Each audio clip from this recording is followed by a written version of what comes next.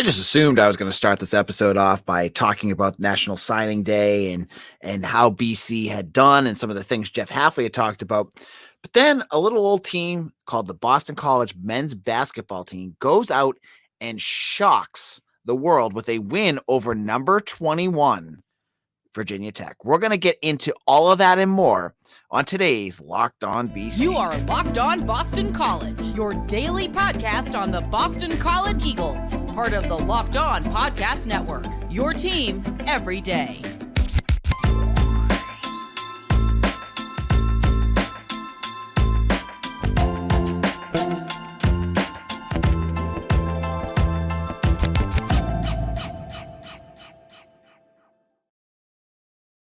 Good afternoon, good morning, and good evening for wherever you are listening to Locked On BC. I am your host, AJ Black. Today's episode is brought to you by Sling TV. The matchups you want and the price you love. Make sure you check out Sling. Sling, it's got everything you need. All right. So as I said, going into this day, it was a huge day on Eagle Insider talking about National Signing Day. And I sat down. I'm going to tell you a quick story. I sat down to watch this game, BC and Virginia Tech. And I said to myself, there's no way BC is winning because there is, they've just played so poorly. They lost to Maine, they lost to UNH. They're not doing well. And my son, who loves talking BC, he's 4 years old. He goes, Dada, who's going to win this game? He keeps asking me because he thinks that the games are recorded because we have a DVR. I said, BC's playing a good team. It's going to be hard for them. I watched this game and I thought to myself, is this the same team that we watched lose to UNH, Tarleton State, and Maine? Because they looked so much crisper and so much more refined than I've seen BC since last year's ACC title game. I mean, not title game, ACC tournament. The defense was good. They were beating the crap out of Virginia Tech. And Mike Young, Virginia Tech's head coach, was not happy about that. But the refs, they allowed BC to play physical, and BC took advantage of that because Virginia Tech, they wanted to play finesse. BC said, no way. They went hard after them. They went physical. They were jumping into lanes. They were jumping bodies at guys. They got things done. So I was impressed with that. But the game itself, let's kind of just recap how this game went if you didn't get to watch it. It started off like every BC game. I sat down and watched it. I'm like, yep, here they go again. The offense looked bad. It looked really bad to start this off. They couldn't get anything going. They were settling for bad shots. Their 3-pointers weren't going. So they're falling behind. The first half is starting to drag along. And then all of a sudden by the end of the first half, BC's down by 8. And we're getting close to halftime. I'm like, okay, this game's going to fall apart. They were projected to be a 9.5-point underdog. They're already at 8. This is going to be an easy Virginia Tech win. And then this little thing happened in this game. And it seemed insignificant at that time because, hey, things happen. And I feel like BC's hit a whole bunch of these shots. But Prince Aligbe, who just came back a couple of weeks ago, goes out there and he hits a 3-pointer at the buzzer to bring the game within 5. Still, again, the spread's 9.5. And it's right around where you expect them to be. But they go into halftime. They come out and they go on a run. And they put Virginia Tech in their place. Good. They were hitting shots. Makai Ashton Langford, he looked like the floor general that you want out there. He's hitting shots. Excuse me. He's being aggressive. He's doing what he needs to do. He gets 21 points in this game. But the big name, the name that every Boston College fan needs to remember now is /center Devin McGlockton. Now, the sickos that are listening to this, they're already crowing at me. AJ, we've already heard of this guy. We know about him. Big Glock is the big guy that we've been in love with all season long. But I think today was his game where he turned on. He opened eyes on a bigger stage because you're playing a ranked team. You're playing a team that is the ACC champions. And you go out there and McGlockton, Virginia Tech had no answer to. You got Justin Mutz out there, who's a very good player. And he's getting out physicaled by McGlockton, and there's breakdowns, and he's taking advantage of it. He's flushing shots, and he's doing everything you need to do.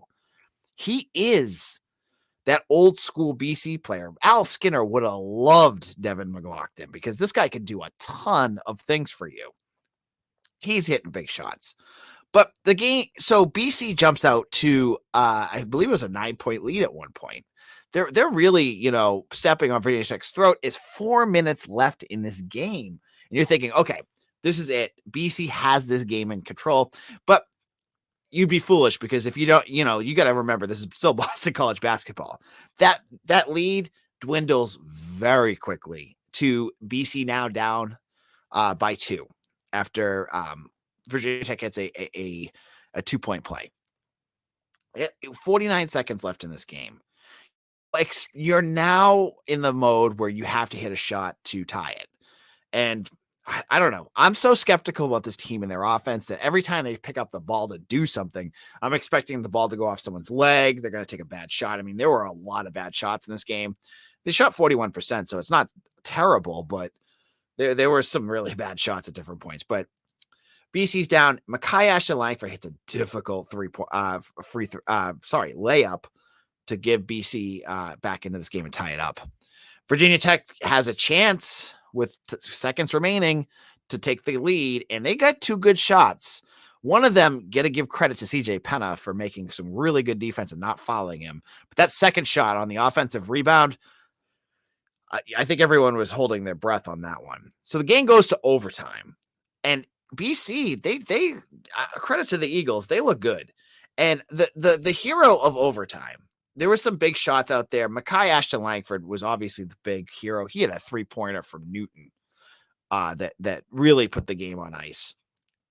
But the big play, to me, was DeMar Langford, a guy who has been getting a lot of slack, and rightfully so. He hasn't played all that well this year. They foul him when BC has a lead, and he has to hit free throws. He's hit 58% of his free throws this year. It's terrible for a guard. He drains both of them. He iced that game. That was huge for a kid that has had nothing go right for him this year. That, there's been cries that he needs to see the bench, that he isn't the player that he needs to be. He goes out there and he's not had a great game. He hits 2 humongous free throws for Boston College, sealing the win and giving BC their first ranked win in, I believe, 3 years. This was enormous. This wipes clean. Well, it doesn't wipe clean, but it at least gets the stench off of this season, because now you're now 1-1 in the ACC. That's all you need to do. You need to look at every game 1-1, and they win a big one. Now they get Syracuse next, who's Jim Boeheim in that zone is going to be really fun with this offense.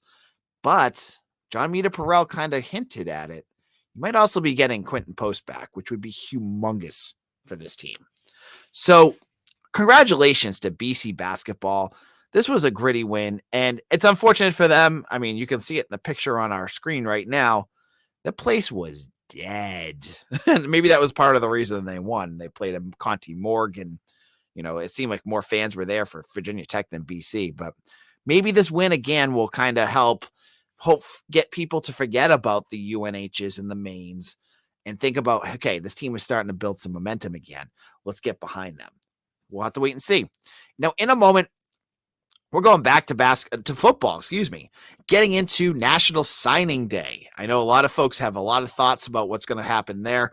I'm going to get into some news that I alluded to the night before and talk about why, what happened, and get into all the in-betweens of what BC could be expecting out of this new recruit. Now, I know about betonline.net. They're your number one source for sports betting info, stats, news, and analysis. You can get the latest odds and trends for every professional and amateur league out there. From pro football to college bowl season to basketball and World Cup, they've got it all at betonline.net. Now, they had an interesting bet for this basketball game, and I'm going to tell you, it was a fun bet. it was BC and Virginia Tech. Both teams will score you can either bet that both teams will score 65 or above or below. Given that BC hasn't scored 60 points in God knows how long, I was like, okay, I'm going to take the no, this is not going to happen. And then freaking overtime happens and I lose the bet. That's the fun of it. That's what you can get on betonline.net. Sometimes you win, sometimes you lose, but it's a lot of fun.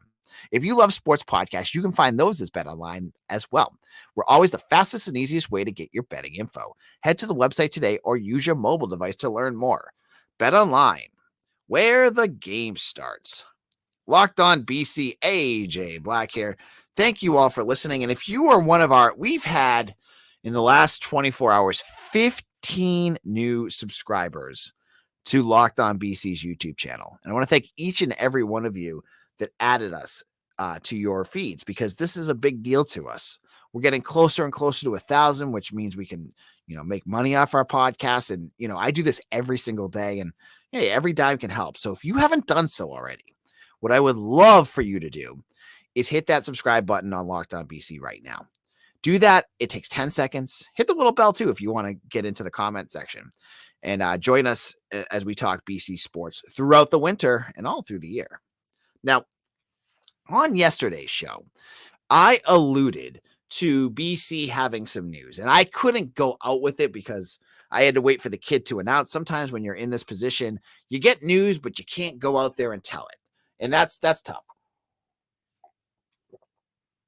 So I had alluded that BC had flipped somebody, and I wanted to make sure the folks that were listening at home did not get their hopes up too high, because I know folks were probably thinking, oh, is this a big time recruit from a big time program?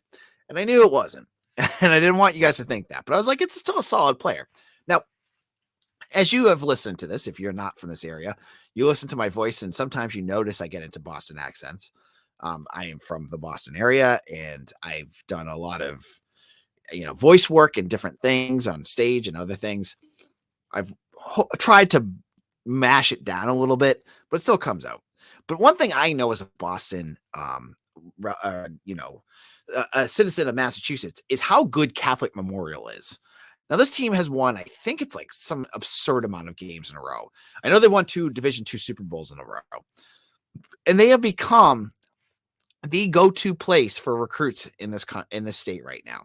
Now, BC has landed in the past, this year, Jaden Skeet, who we'll get into when we talk about Jeff Hafley, Dottrell Jones, and on Tuesday, BC landed a third player from Catholic Memorial, and that is Max Tucker. Now, if you've read anything about Catholic Memorial, Max Tucker is a name that probably sticks out to you. He was a big player on that team. He was scoring touchdowns. He's a big defender on that team.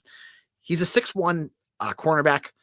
He fits the need, especially since CJ Burton has just left Boston College to enter the transfer portal. And yeah, he was committed to Akron, so he's not the most exciting transfer flip you're going to get. But if you remember, a couple of weeks ago, if you were on social media, I think it was Kevin Stone posted, he's of Rivals. He put up a picture of Jeff Hafley at the Super Bowl at Foxborough watching Catholic Memorial play, and I think it was King Philip. And he got to watch firsthand what this kid could do. And he saw and he evaluated and went out there and he got this kid. Max Tucker is a solid player. And, if you're going to go out there and get a player that maybe you're like, okay, he's not the top end like Sean Battle or, Khalil Ali and some of these other defensive backs that they've added for this year, but he's more of the bottom of the half of your roster. If you're going to go out there and get someone from Catholic Memorial, all the power to you. That program has so many recruits coming up. I think of Gerby Lambert, who's going to end up at a Blue Blood. So I know he's a BC offer, but he's going to end somewhere big. But they've got a lot of talent on that program, and the more you can build that relationship, the more you can get top end talent in Massachusetts to come to BC. So this was a big win in that sense for BC. Maybe it's not the sexiest win, but I'm excited about this one. And I know Jeff Hafley was too.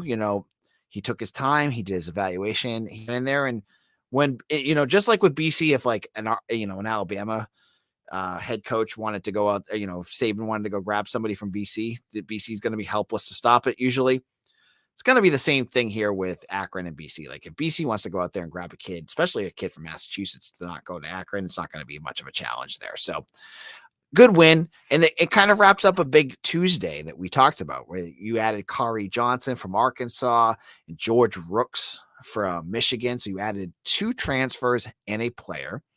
The player the recruit is your 17th of this class. And you now have, I think it's either 4 or 5 transfers. So you're starting to see a lot of turnover on this team. In terms of that as well, CJ Burton, who is one of your highest rated recruits, he leaves. So there was a lot of change. There's a lot of different moving parts, which all ends up leading to National Signing Day, which came up on Wednesday. Jeff Hafley spoke with the press. We're going to get into this in a moment. Now, the news about the day itself was honestly kind of boring, but Jeff Hafley's press conference had a lot of nuggets that are worth talking about. You're going to want to hear what he had to say in just a moment. Locked On BC, AJ Black. If you are not a subscriber to Eagle Insider, head over to Eagle Insider right now. We have a 50% off deal. You get all our insider information. You get access to me all the time as well. I think you'll enjoy that. Now, as I was saying before the break, that on Wednesday was National Signing Day. Now, as I've joked about this is like, I think this is my 3rd National Signing Day I've covered for Locked On BC. And I've joked about this before. Like you got schools like Florida State, Miami. This day is like a big day where there's lots of like commitment ceremonies and players that you're watching to see who they commit to. But for schools like BC, Syracuse, Wake Forest, Syracuse has a big one that they're going to watch for. But most of those schools like us, this day is kind of boring. Honestly, there's really not a lot to talk about.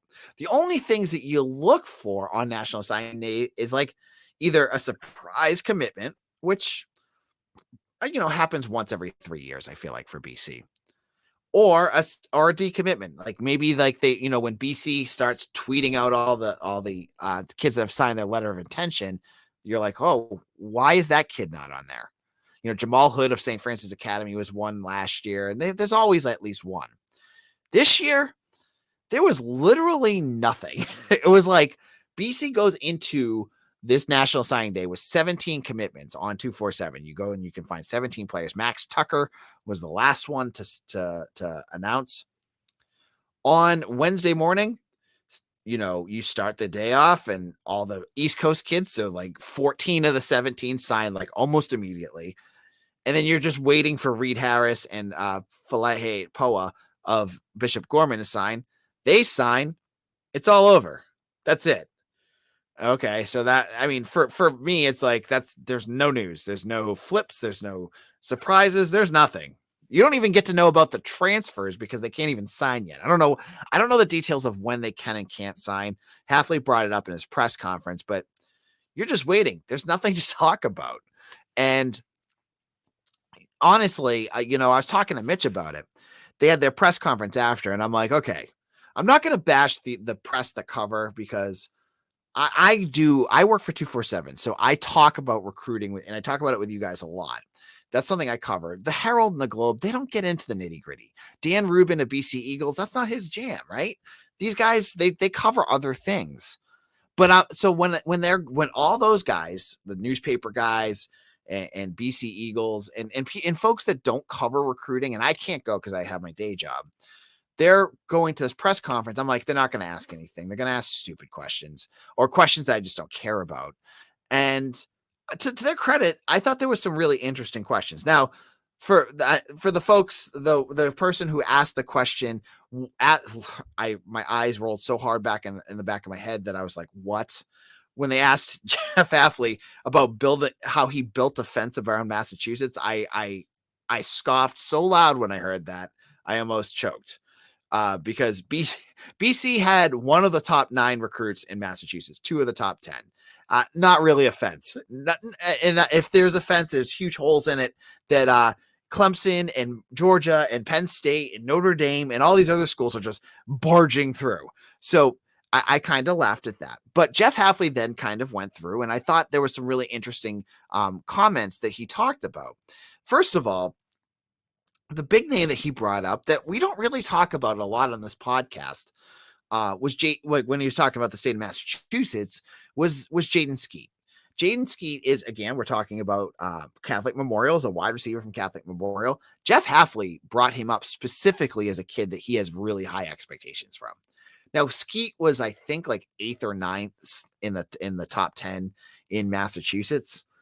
Hafley called him that he has the potential to grow into the number one. I don't know, a little hyperbole there, because when you have Samson Okunlola, who is going to be a monster on the offensive line for Miami, and Jonel Aguero, who is going to be a stud defensive back for Georgia, I have a hard time believing that. But that being said, Jaden Skeet, he could still become an excellent wide receiver. And Hafley thinks big things about him. He's big, he's lengthy, he's fast. He talked a lot about him and kind of compared him to having the same kind of trajectory as Joe Griffin. So that was one interesting thing. The other thing, I know a lot of you out there have been asking me and tweeting me about the early enrollees. And well, Jeff Hafley did an excellent job of telling us who the early enrollees are going to be. He gave us the names, and I'm pulling it up right now. Josiah Griffin, who's a defensive lineman, Joseph Griffin's younger brother. Carter Davis, a safety. KP Price, a safety. Sean Battle, a defensive back. Holden Simmons, a tight end. And Jacoby Robinson, the quarterback, are all going to enroll in January. That's a big group. And Hafley actually mentioned, and it was an interesting conversation to hear about, how the gray shirting, the guys that coming in early, it's become more of the norm than the exception, because a lot of the kids and coaches want these kids in early so they can get to spring practice and be prepared to play, because so many freshmen, I think he said 7 or 8 true freshmen play this year. He wants to get them ready, because you never know what's going to happen. Now, he doesn't force true freshmen to come in early, but he asks them, he gets their honest opinion, he talks it out with them. So that's a big group.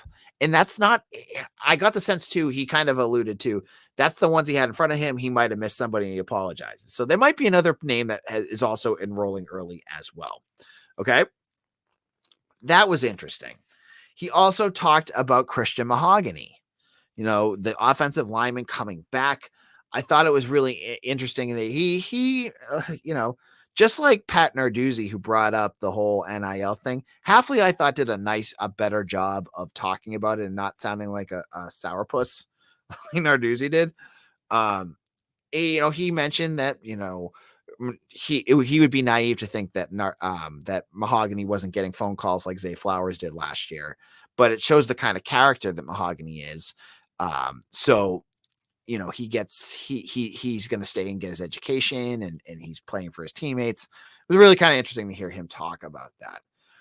Some of the other players he mentioned, he talked about Jacoby Robinson, the quarterback, and how big of an arm he has, and he's mobile, and he's really excited about him. He talked about Reed Harris, who also really gets into the overall theme of this class, which Hafley brought up, is they're big, lengthy, and physical. And so Harris is 6'4", 210, and Hafley mentioned that he's going to be, this is a kid from Montana, is going to be coming in as a wide receiver. So you get a big 6'4" kid like that. That's interesting. I thought that was I always wondered where he's going to put him, but he also mentioned with Harris that there's a potential that he's going to move him someplace else. He could put him at tight end or cornerback. He can play anywhere.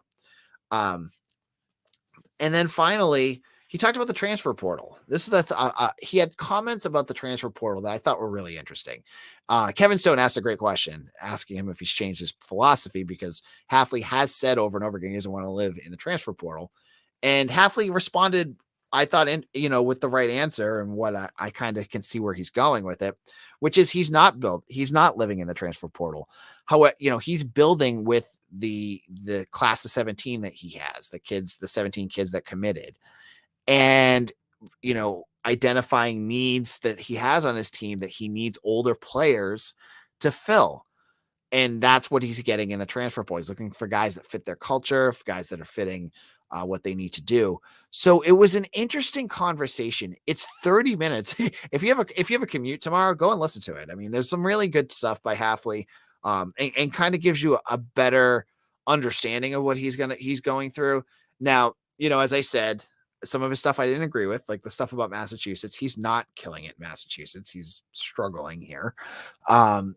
But there were some other things that I thought gives you a glimpse, a better glimpse. And it's not just, there's some cookie cutter stuff. There's with every coach's press conference, you're going to get the boilerplate stuff, but there's some other stuff too. I'm telling you, if you ever get a chance, I'm not going to talk about it now, but his comments on Phil Jurkovec are classic. And there's a really good, funny joke in there too. Talk about how he's going to address Phil when he plays him next year. So check that out. Now, tomorrow's show, it is our final show before the holidays. And I'm going to get into, what's going to happen this, with football, maybe look at some more transfer news and anything else in terms of recruiting that you're going to want to know about. Thank you all for listening. That subscribe button right now. If you're listening and you're not a subscriber, you are missing out. We're doing all sorts of great things on our channel, and I love talking and hearing from you. Hit subscribe right now. It takes 10 seconds. Thank you all for listening, and follow me on Twitter at AJBlack_BC. Take care.